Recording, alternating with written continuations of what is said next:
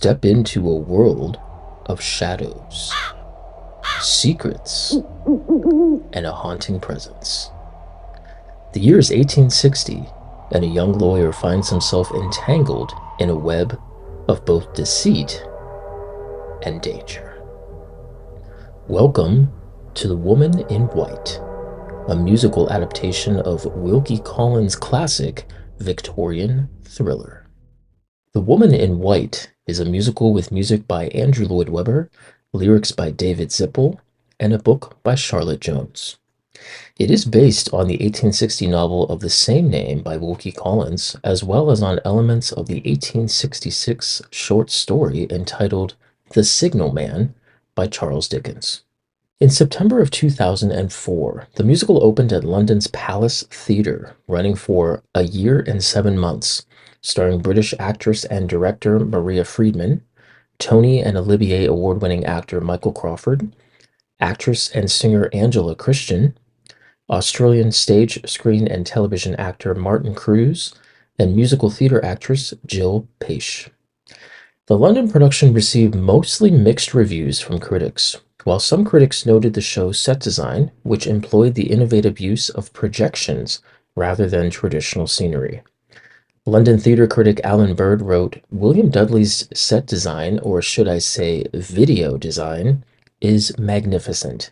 The opening projection of a foggy train station in which the woman in white first makes her ghostly appearance is spine-tingling." At the end of 2004, Michael Crawford was taken ill as a result of oversweating in the fat suit he wore to play the grossly obese character Count Fosco. From late December until early February of 2005, Steve Varnum, the understudy, played the role. Now, it wasn't until February of 2005 when two-time Olivier award-winning actor Michael Ball would step into the role until May of that year. Ball received praise for his portrayal because he had reinvented the role. Nick Curtis of the Evening Standard wrote, "If Ball's Fosco lacks the extravagant comic flair of Crawford's original, there is a commensurate gain in menace. Arguably, this is no bad thing for a Victorian melodrama. Where Crawford was delightfully clownish, Ball's Fosco is altogether more sleek and dangerous. His wooing of the show's feisty heroine, Marian, has a nasty edge to it." The musical would go through an interesting period in the summer of 2005 when the final original London cast would play their final performance on stage, only to be replaced with an almost entirely new cast. According to the Really Useful group, Trevor Nunn and Andrew Lloyd Webber initiated creative changes during rehearsals for the new West End cast. This new production was received with more enthusiasm, though feelings were still generally mixed. The show reported receiving some cutting, but still took roughly as long because of an extended ending which almost filled in the time saved earlier.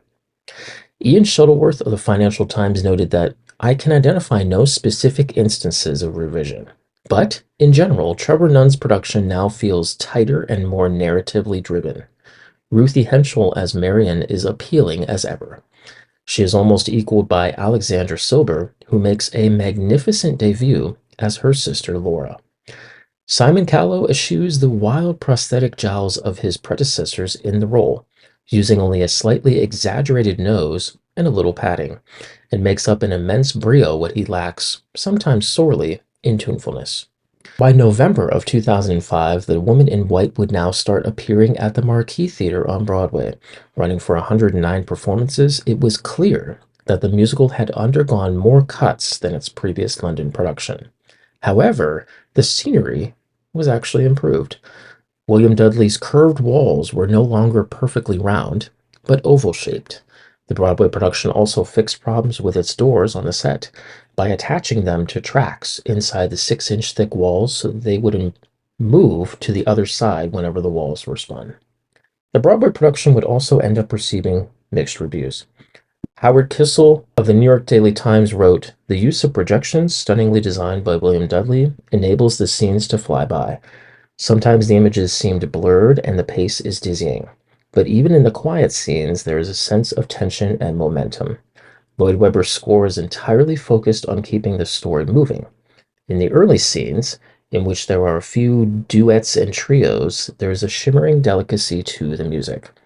What gives the musical its dramatic power is Maria Friedman's shattering performance as the sister of the unlucky bride.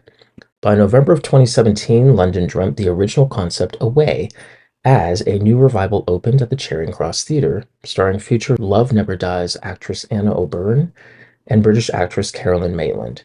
This new production received more positive reviews from critics than during its original West End run. Now, Mark Valencia of What's on Stage wrote, "The Woman in White was always an intimate musical trapped in an overblown production by Trevor Nunn. Now, shorn of its excess and trimmed of its narrative flab, it can be seen for what it is, an effective show that has become a popular classic." And so, The Mystery of the Woman in White has taken us on a thrilling journey through Victorian England, filled with suspense, intrigue, and a touch of the supernatural. Until next time, may the shadows of the past never continue to haunt your dreams.